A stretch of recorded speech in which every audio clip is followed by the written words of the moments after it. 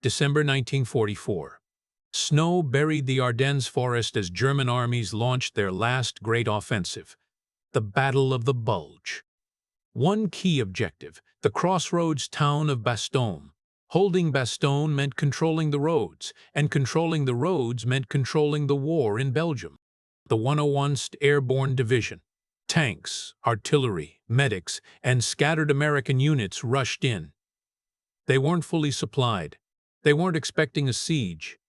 But they were the last line between the German advance and complete disaster. Soon the forest would erupt into a living nightmare, right as Christmas approached. The German attack was fast, brutal, and relentless. Columns of tanks rolled through frozen roads. Artillery thundered day and night. Within days, Bastogne was surrounded. German forces sealed the town from all sides. No roads, no reinforcements, no escape. The Americans were officially trapped. Communications broke down. Ammunition began to run dangerously low. Rations were slashed. Medics ran out of bandages, morphine, and supplies. Vehicles froze. Men shivered violently in foxholes dug into frozen ground. The winter didn't just attack their bodies, it attacked their will to fight. Christmas was days away, but survival was the only prayer. The weather was the true enemy. Sub-zero temperatures froze rifles. Men developed frostbite so severe that toes and fingers turned black. Many wrapped feet in rags because socks were soaked in ice. They burned anything they could find for warmth, even pieces of broken houses. Nights were terrifyingly silent, broken only by distant gunfire and artillery screams tearing through darkness. Snow turned red where men fell. Despite suffering, soldiers stayed in their foxholes. They held their lines with numb hands and empty stomachs. They didn't know rescue was coming. All they knew was they couldn't break. Thousands of Belgian civilians were trapped with them. Families hid in basements as artillery shells shattered homes above their heads. Mothers covered children's ears as explosions echoed like thunder. Food vanished, heat vanished, hope nearly vanished too. American medics treated civilians beside wounded soldiers, sharing what little they had.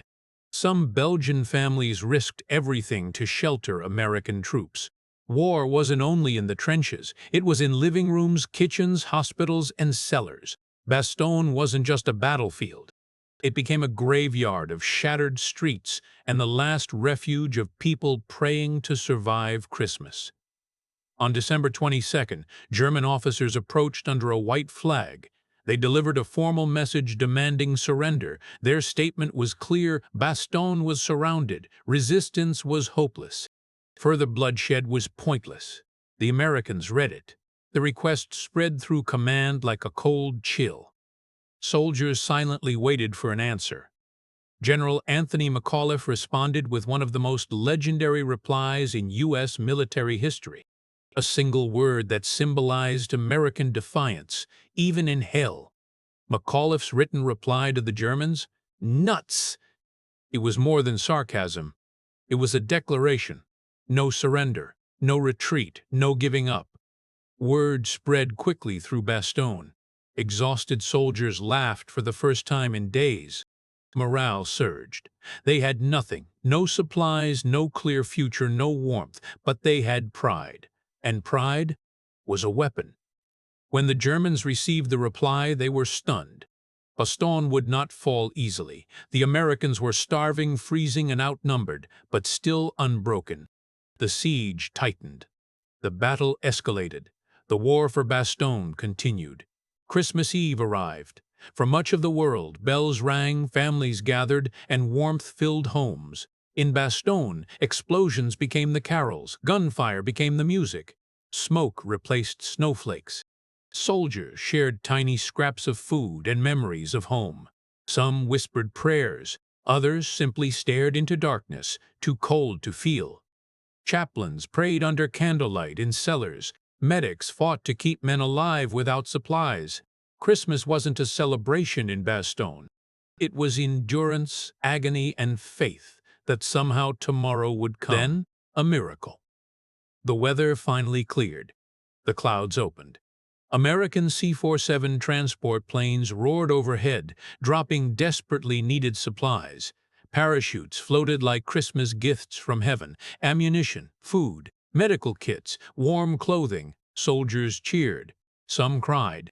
Others simply collapsed from relief. For days they had existed on courage alone. Now, fate had given them a fighting chance. Bastogne wasn't saved yet, but hope finally returned. With supplies restored, American defenses grew stronger. Artillery fired back, infantry pushed against German attacks, tanks ambushed advancing armor, street battles erupted, forest skirmishes turned brutal. Soldiers who were nearly broken days earlier now fought with revived spirit. The Germans realized something terrifying. Bastogne would not crack. Every inch of ground became expensive. Every American foxhole was a fortress. The siege was failing, but the men inside didn't know relief was already racing toward them. Across Europe, General George S. Patton made an impossible decision.